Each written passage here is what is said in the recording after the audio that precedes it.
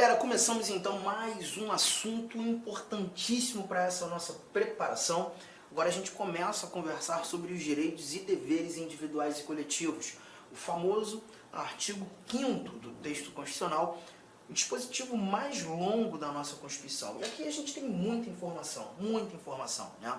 Nós iremos conversar sobre várias recomendações aqui, tratar dos vários direitos, das várias liberdades, falar de remédios constitucionais, falar de muita coisa, né? Sou o professor Arthur Damasceno e a nossa matéria de direito constitucional começa a ganhar um novo corpo agora, quando olhando para esse nosso artigo 5º. Vamos lá, vamos começar aqui tratando do título 2 da nossa Constituição, dos chamados direitos e garantias fundamentais, mas em seu capítulo 1º, os direitos e deveres individuais e coletivos.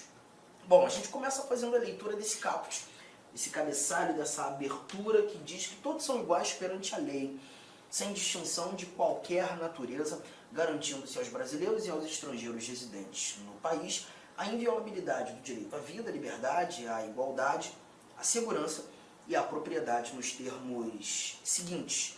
E aí nós temos os vários 79 incisos que serão desbravados por nós nesse nosso bate-papo. Importante lembrar que aqui o nosso constituinte, abrindo o artigo 5º, ele já traz que todos são iguais perante a lei.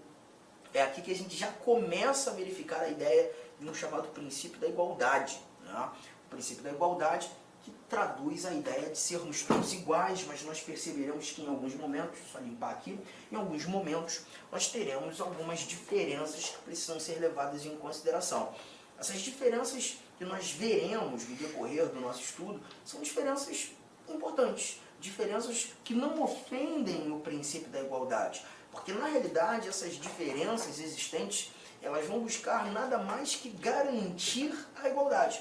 Muitas vezes há necessidade de se tratar desigual, se tratar diferente, para que consigamos atingir um resultado de justiça social, de igualdade.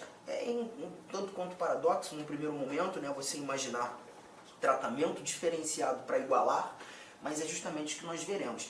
E não sei se você percebeu, nesse nosso caput, o Constituinte ele já traz uma abertura dos valores que nós iremos estudar de maneira mais específica, quando falando da vida, do direito à vida, as várias liberdades, a própria igualdade, a segurança, e aqui a gente fala de segurança pessoal, a gente fala de segurança jurídica e a propriedade. A gente também tem muita coisa relacionada à propriedade no âmbito dos direitos fundamentais. Mas lembre-se que esses vários direitos, de acordo com o caput do artigo 5º, eles são destinados aos brasileiros e aos estrangeiros residentes no país. Mas o Supremo Tribunal Federal também já nos mostrou em orientação que esses direitos eles não estão apenas destinados aos brasileiros e estrangeiros residentes, né? Todo e qualquer indivíduo que aqui no Brasil se encontrar, ainda que esteja em trânsito, nós teremos essa possibilidade, né, da aplicação dos direitos fundamentais. Arthur, mas todos? Não, todos não. Até porque quando a gente começa a estudar direitos fundamentais, nós não estudamos apenas o artigo 5º. O artigo 5º é apenas a abertura dos direitos fundamentais. Por isso, título 2, direitos fundamentais, capítulo 1, direitos e deveres individuais e coletivos. Mas aqui a gente também vai ter que estudar os direitos sociais, nós também temos estudo sobre nacionalidade brasileira, sobre os direitos políticos e a tal da cidadania, que nós até conversamos lá nos princípios fundamentais. Então a gente vai verificar que, por exemplo, a nacionalidade brasileira não é para qualquer indivíduo. O estrangeiro, por exemplo, que tem a pretensão de se tornar um nacional, de conquistar a nacionalidade brasileira, ele vai ter que atender a algumas regras. Alguns requisitos precisam ser cumpridos. Dentre esses requisitos, a residência no Brasil. Para se tornar um brasileiro naturalizado, é necessário residir no Brasil. Arthur, por quanto tempo? Calma, nós ainda veremos isso no decorrer do nosso estudo. Mas aqui é apenas uma abertura, um bate-papo introdutório. Eu queria que você agora fosse lá no finalzinho desse teu material, lá no 35º slide. Vamos dar um confere nesse nosso... estou passando aqui, 34º, desculpa. Estou passando aqui por vários incisos ali, 79. Mas eu não quero ainda ler esses incisos, eu queria começar com essa informação que aqui no quadro está. Os parágrafos. Parágrafo 1º, parágrafo 2º, parágrafo 3º e o parágrafo 4º da nossa Constituição, do nosso artigo 5º. Tá? Por que eu gosto de começar com esses parágrafos? Porque quando a gente começa a estudar esses parágrafos, a gente começa a entender um pouco mais os motivos e da aplicação e aplicabilidade desses vários direitos aqui traduzidos. Né? Olha o parágrafo 1º que diz: as normas definidoras dos direitos e garantias fundamentais têm aplicação imediata. As normas definidoras dos direitos e garantias fundamentais têm aplicação imediata. Bom, o que eu costumo fazer em sala, questionando os alunos, eu sempre pergunto: você viu que são 78 incisos. Ali você fala sobre muitas coisas. Direito à vida, liberdades várias, direito de reunião, direito de associação, direito de herança. Você fala de direitos da pessoa presa, você traz remédios constitucionais, você tem coisa pra caramba. Esse estudo aqui pra gente é um dos mais importantes e um dos mais extensos da nossa Constituição. Só que esse parágrafo 1º que está aí na tua tela, ele diz que essas várias normas definidoras dos direitos e garantias, são várias, têm aplicação imediata. A pergunta que eu costumo fazer em sala é: vocês acham mesmo que todas essas normas que definem direitos fundamentais têm aplicação imediata? Você acha mesmo? Bom, a resposta muitas vezes que eu obtenho em sala é: não, Arthur, provavelmente não. Algumas normas não têm uma aplicação imediata. E aí eu digo: sim, elas têm. As normas que definem direitos fundamentais têm aplicação imediata. Todas elas têm aplicação imediata. Tá? E por que eu preciso começar com esse parágrafo 1º, te explicar essa informação? Porque quando a gente fala de aplicação, a gente está falando do efeito das normas. Do efeito das normas. E eu preciso que você guarde que toda norma constitucional tem efeito imediato. Toda norma constitucional tem efeito imediato. Inclusive essas, que traduzem os chamados direitos fundamentais. A partir do momento que o Constituinte diz que aquele direito é meu, inseriu aquele direito fundamental no texto constitucional, aquele direito é meu de imediato. O direito fundamental passa a ser meu imediatamente a sua introdução no âmbito dos direitos e deveres individuais e coletivos, no âmbito dos direitos fundamentais. Até porque esse parágrafo 1º fala dos direitos e garantias fundamentais, não só o artigo 5º. Tá? O efeito é imediato. Agora, um cuidado que a gente tem que ter é que, perceba, nem todo direito fundamental tem a aplicabilidade imediata. Nem todo direito fundamental tem a aplicabilidade imediata. Então, cuidado com isso. Aplicação,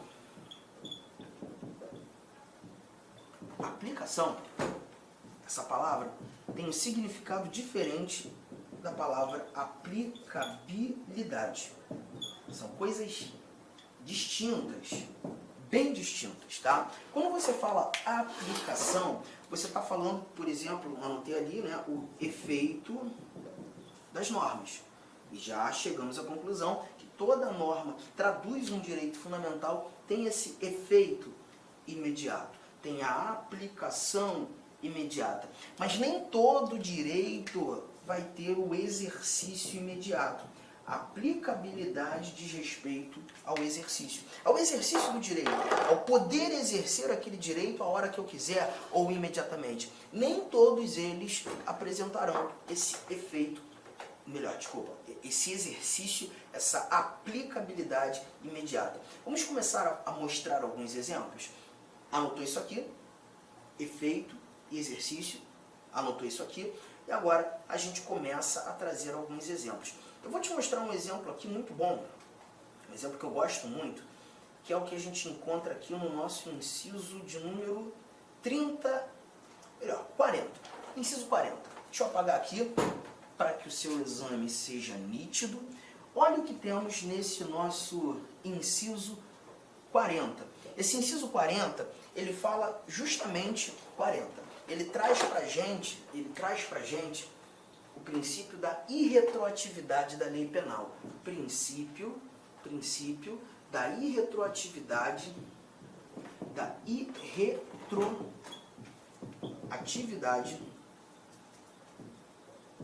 da lei penal. E o que nós encontramos aqui no princípio da irretroatividade da lei penal? Lê comigo. A lei penal não retroagirá, salvo para beneficiar o réu. Vamos lá, pensa só. Quando a gente fala desse princípio da irretroatividade da lei penal, a lógica é, vamos imaginar que há mais ou menos uns 3, 4 meses atrás, eu tenha praticado uma conduta muito reprovável pela sociedade, uma conduta absolutamente imoral, muito imoral. Todavia, no momento em que pratiquei essa conduta não era considerada crime. Nós não tínhamos essa conduta como um ato criminoso, como um tipo penal. E eu pratiquei. Tá? Alguns 2 meses depois da prática desse crime, eu, Arthur, acabo verificando uma alteração da lei penal. O legislador passou a entender aquela conduta praticada por mim como criminosa. A pergunta que fica é, se eu pratiquei essa conduta em momento anterior à sua tipificação, será que eu posso ser processado, julgado, condenado por isso? Bom, não. Então eu estou percebendo que o chamado princípio da irretroatividade da lei penal é uma proteção que eu tenho. E quando a gente verifica, estuda o artigo 5º, nós veremos que em vários desses dispositivos, o que o Constituinte quis trazer foi proteção. A lei penal não vai retroagir. Se você praticou essa conduta em momento anterior a ela ter sido chamada, definida como crime, você não pode ser processado, julgado. Essa lei não vai retroagir. Ela não vai ter esse efeito chamado ex tunc, né? Que significa efeito retroativo. Efeito retroativo. Não vai ter. Salvo se essa alteração da lei penal for para te beneficiar. Se for para benefício, beleza, aí retroage. Não sendo, ela não pode.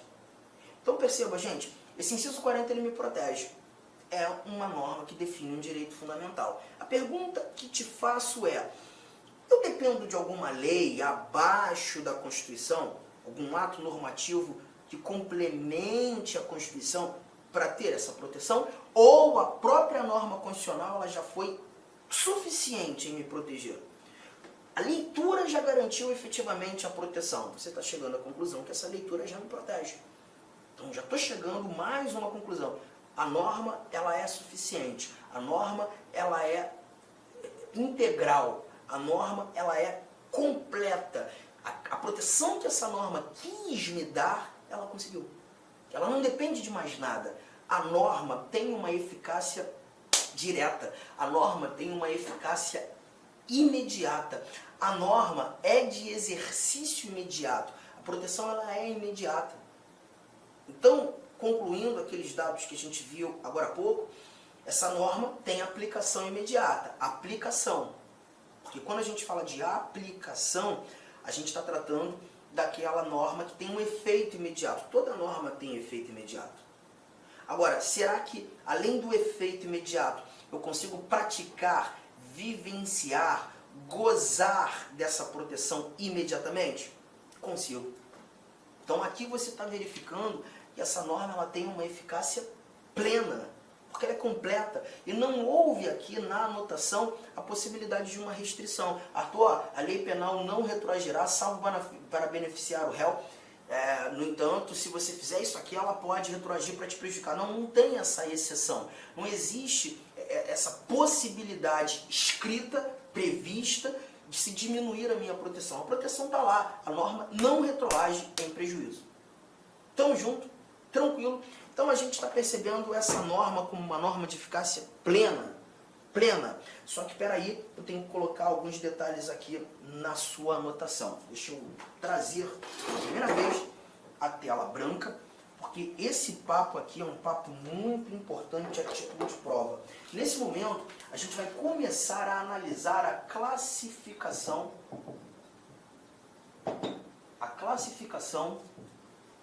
das normas constitucionais. A classificação das normas constitucionais. E a primeira classificação, a primeira norma classificada por nós aqui foi a chamada norma de eficácia plena. E o que eu quero que você entenda sobre essa norma de eficácia plena? A norma de eficácia plena é aquela norma constitucional que te apresenta o sentido integral. Ou seja, a norma é completa, a norma é suficiente em te proteger, em te garantir o exercício do direito. A norma, ela é totalmente suficiente, completa, de sentido integral. E se tudo que eu precisava saber para exercer o meu direito ou para vivenciar, gozar daquela proteção foi apresentada na norma constitucional, eu verifico a aplicabilidade, olha a palavra, gente, aplicabilidade imediata. Eu sei que para você, eventualmente que está começando a estudar direito constitucional, o que mais incomoda são as terminologias jurídicas, né? Mas a gente não tem para onde fugir. Essas terminologias jurídicas, elas são importantes. E aqui você está verificando que quando leio aplicabilidade, estou falando do exercício. O exercício é imediato porque a norma é completa. A norma constitucional ela foi suficiente. E essa é a primeira classificação que a gente está trazendo aqui. Agora, eu não sei se você já reparou, se não, vai reparar comigo agora, em várias normas que definem direitos fundamentais, nós temos um dizer em algumas delas, na forma da lei, nos termos da lei, nas hipóteses previstas em lei. Não sei se você já reparou isso. E sempre quando encontramos na norma constitucional nos termos da lei, na forma da lei, nas hipóteses previstas em lei, os termos que a lei estabelecer, a gente está verificando uma norma que não é de eficácia plena. Então, por que você chega à conclusão que essa norma não é de eficácia plena, pelo simples fato de trazer na forma da lei, nos termos da lei, nas hipóteses previstas em lei? Por que você chega a essa conclusão? A conclusão, gente, ela é justamente por conta da própria redação mostrar que a norma não é completa. Olha aqui, ó. O que você está verificando é o seguinte: o Constituinte, aqui o nosso ordenamento jurídico, né? A Constituição lá no topo de tudo. Com licença, meu amigo, minha amiga, eu sou o professor Lac. Inicialmente quero pedir desculpas por ter interrompido os seus estudos, mas essa aula é uma aula demonstrativa aqui do site Lac Concurso. Quero dizer para você o seguinte, que você pode assistir o restante dessa videoaula, você pode ter o material de apoio dessa videoaula e muito mais no nosso curso completaço pré-edital para o INSS. Valor do curso? O valor do curso custa 10 parcelas de R$ 45. E nós temos uma promoção. Essa promoção aqui, até o dia 3/6, ela custa 10 parcelas de R$ 30, né? Mas vamos fazer o seguinte, você que está assistindo esse vídeo, até para prestigiar, até uma forma de amenizar aí a interrupção do seu vídeo, você vai falar o seguinte, olha, você vai entrar em contato, você vai clicar aí, tem um link aí do WhatsApp, você vai falar o seguinte, eu quero a promoção, eu quero o código promocional do curso pré-edital do INSS que o professor Lac falou no vídeo. Então tem um link aqui embaixo, tá? Tem um link aqui embaixo de um WhatsApp, você vai direto para o atendimento. Lembra-se que o atendimento tem horários comerciais de atender e ali vai te fornecer um link para você pagar aí 10 parcelas de R$ 30. Cara, um curso super competitivo, é um curso na qual nós estamos nos dedicando muito. Inclusive, no último concurso, 2016, eram 2.200 vagas, salvo engano, e nós tivemos 204 pessoas, alunos, que nós ajudamos a ser aprovado nesse concurso. 204 pessoas. Cara, então o curso nosso é muito bom, é o melhor custo-benefício. Eu peço para vocês aí um voto de confiança. Meus amigos, um forte abraço, espero vocês. Tchau, tchau.